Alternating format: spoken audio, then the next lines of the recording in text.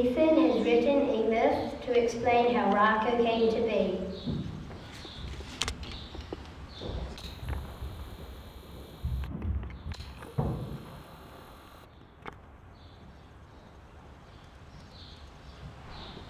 Once upon a time, Maori thrived in the lush lands of Aotearoa. It was a comfortable and happy life.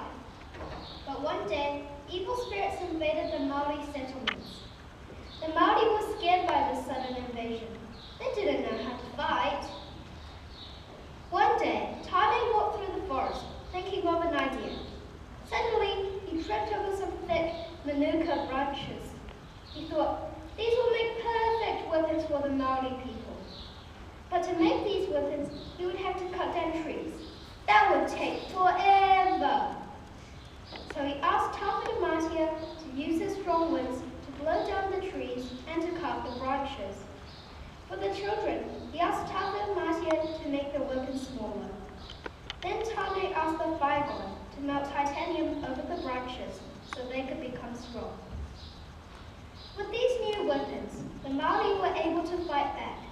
Tawhiramatia blew winds towards the evil spirits' camps and birds, while the Maori people put fire on their weapons so they could set fire to the camps and birds.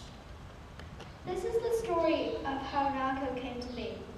Now, Rako is mostly used in music and other arts instead of warfare. Rako is a fun and challenging game. Maybe next time you could try it as well.